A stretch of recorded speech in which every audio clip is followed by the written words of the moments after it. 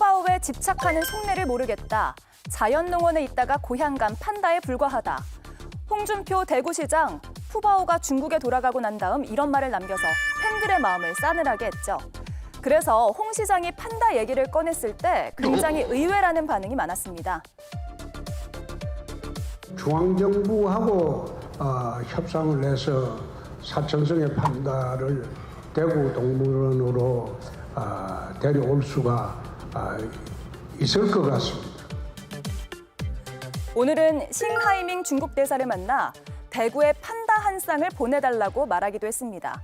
물론 판다가 오면 관광객 유치에도 도움이 되니까 추진을 하려고 하는 거겠지만 혹시 뒤늦게 판다의 매력을 알게 된 건 아닐까 이런 생각도 듭니다.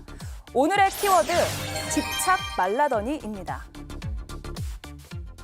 자, 집착 말라더니라는 키워드가 왜 나왔는지 이거 보시면 정확히 알 수 있습니다. 한번 보시죠. 네, 이게 한 달여 전에 입장이 나온 거거든요. 당시 이제 푸바오가 중국으로 돌아가니까 많은 분들이 눈물을 흘렸죠. 푸바오에 집착하는 속내를 모르겠다. 용인 자연농원에 있다가 고향 간 판다에 불과하다라는 입장을 홍준표 대구시장이 냈었어요. 근데 최근 갑자기 이제 행보가 바뀐 거거든요. 이승환 의원, 이거 어떤 행보라고 보세요? 우리 국민들이 푸바오를 좋아하셨던 이유가 정말로 일상 속에서 정말 바쁘고 이렇게 찌든 일상 속에서 정말 유유자적하고 이렇게 죽순 뜯어먹고 하는 저 모습을 보면서 위안받고 위로받고 힐링해서 그랬던 거였거든요. 근데 홍준표 시장님은 그런 내용을 잘 모르셨던 것 같아요. 그런데 이번에 회담을 하면서 싱하이밍 대사를 만나면서 이 부분을 다시 꺼낸 걸 보면은 역시 홍준표 시장은 굉장히 유쾌하게 사시는구나. 본인 예전에 했던 얘기보다도 지금 본인이 대구시를 위해서 더 실리 챙겨야 될 거 먼저 챙기는구나 라는 그런 생각을 했고요. 이번에 싱하이밍 대사 만나면서 푸바오 얘기만 한 것도 아니고 대구와 또 중국 간의 이제 직항로 문제도 얘기를 하면서 실리 챙길 거는 다 챙긴 것 같습니다. 그리고 또 이렇게 뉴스에서 다뤄줄 정도로 또 이름도 올라가니까 충분히 뭐 자기 정치에 잘 활용하신 것 같은데 저는 이 싱하이밍 대사의 면담을 보면서 딱 작년 이맘때 생각났습니다. 이재명 대표가 싱하이밍 대사 만나러 관저로 찾아갔죠. 거기에서 싱하이밍 대사가 15분 동안 A4 용지를 읽으면서 내정 간섭했습니다. 한국은 중국에 베팅해라 라고 했던 모습. 그렇게 국가의전서의 8위인 야당 대표가 중국의 일개 국장 앞에 대사 앞에서 그렇게 굴욕적인 모습을 보였던 부분들 국민들 많이 분노하셨는데요. 이번에 차라리 홍준표 시장과 저렇게 유쾌하게 푸바오 얘기하는 게 더 좋은 모습인 것 같습니다. 네, 여선웅 의원도 좋은 모습으로 보셨어요? 저는 뭐 홍준표 대구시장이 최근 들어서 정치 현안에 대해서 굉장히 입장을 많이 내시잖아요.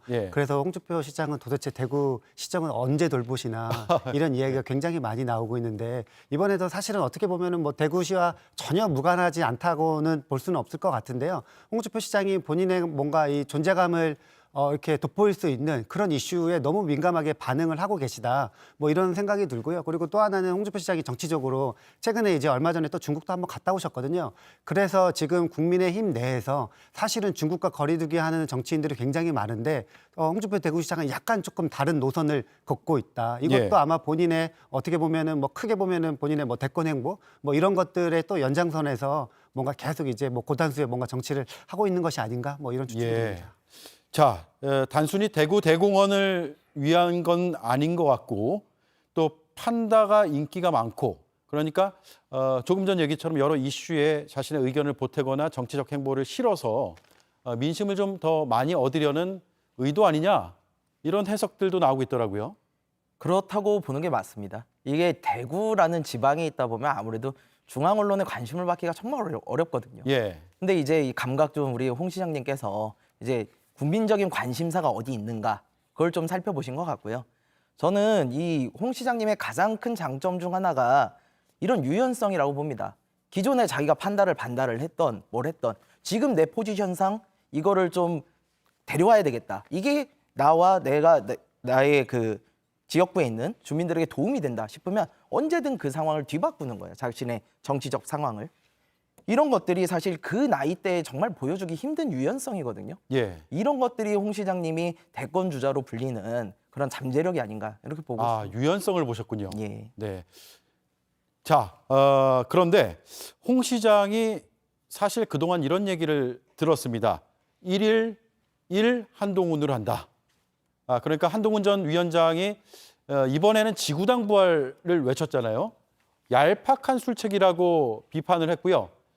동시에 이재명 대표를 향해서도 개딸 정치 강화를 노렸다라고 깎아내렸습니다. 자, 그래서 지구당 얘기를 좀 해볼까 하는데 이 시청자들 들으시기에 좀 어려운 표현일 수 있거든요. 설명을 좀 해주시죠. 이 지구당이 뭡니까? 그러니까 이제 그 원외 정치인들이 합법적으로 현역 국회의원, 그러니까 현역 국회의원에 맞서서 뭔가 지역에서 자기 기반을 쌓을 수 있는 예. 그런 게 이제 뭐 지구당, 뭐 지역위원회 이렇게 할 수 있거든요.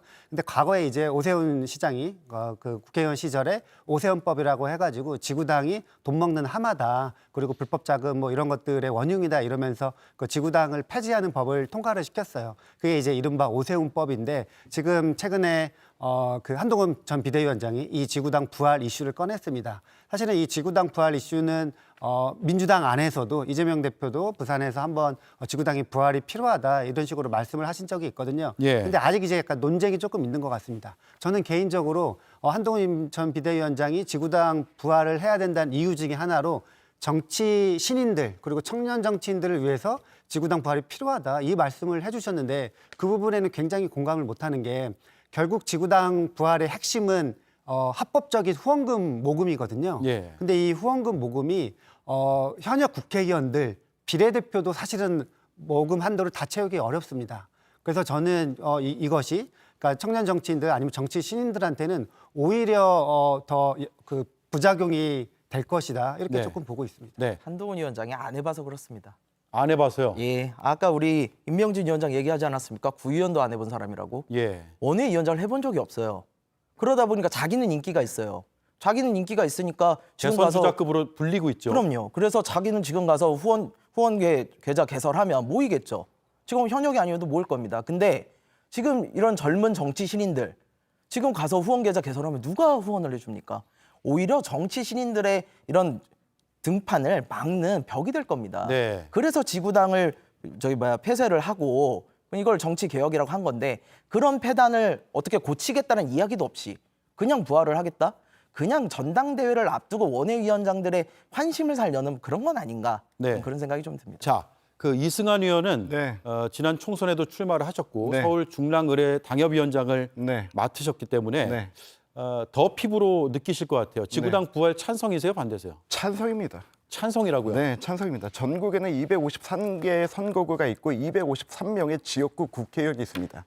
그 사람들에 대응해서 253개의 원외위원장들이 활동을 하고 있습니다. 그런데 현역 국회의원은 지역구 내에 국회의원 사무실을 둘 수 있고 그리고 거기에 보좌진들을 대동해서 지역구 관리를 할 수 있습니다. 수도권만 해도 한 지역구당 수만 명의 당원들을 관리해야 되는데요. 원외 당협위원장들 같은 경우는 사무실도 낼 수 없고 직원도 둘 수 없습니다. 네. 그것을 관리하는 게 불가능합니다. 그런데 한동훈 위원장이 정치를 안 해봐서 그렇다고 하는데 이거는 고도의 정치적 전략이기도 합니다. 왜 그러냐면 전당대회 출마를 앞두고 있지 않습니까? 뭐 나온다 안 나온다 얘기는 계속되고 있는데요. 전당대회 출마하면은 일단은 당원들의 표심을 받는 게 가장 중요합니다. 우리 전국 253개 당협 중에서 90개의 지역구 당선자를 냈고요. 163개가 원외 당협입니다. 그리고 지난 우리 원외 당협위원장들은 지난 5월 18일 광주에서 그 참배 행사를 마치고 그리고 전체 워크숍을 열어가지고 이 내용을 굉장히 심도 깊게 다뤘습니다. 근데 이 내용은 한동훈 위원장뿐만이 아니고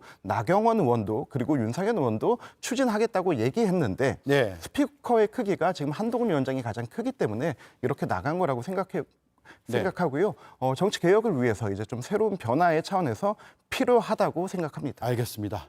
자, 여기까지 세 가지 이슈를 짚어봤는데요. 마무리하고 다음 주에 또 뵙겠습니다. 고맙습니다.